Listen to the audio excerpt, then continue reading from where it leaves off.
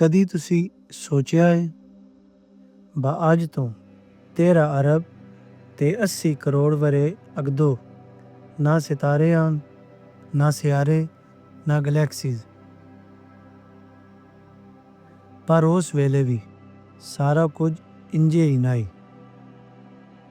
Science ਆਖਦੀ ਏ ਉਸ ਵੇਲੇ ਥਾਂ ਤੇ ਵੇਲਾ ਇਕੱਠੇ ਆਨ, ਪਰ ਵਤ ਇੱਕ ਝਟ ਇੰਜ ਦਾ ਆਇਆ।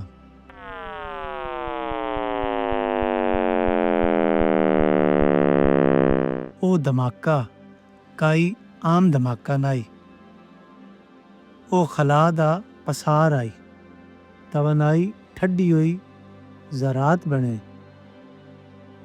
ਤਾਂ ਉਹ ਹੀ ਜ਼ਰਾਤ ਸਾਡੀ ਕਾਇਨਾਤ ਦੀ ਨੀਂਹ ਬਣੇ। ਹੁਣ ਇੱਥੇ ਸਵਾਲ ਇਹ ਵੇ ਭਈ ਸਾਰਾ ਕੁਝ ਕਿਸ ਦੇ ਹੁਕਮ ਨਾਲ ਹੋਇਆ।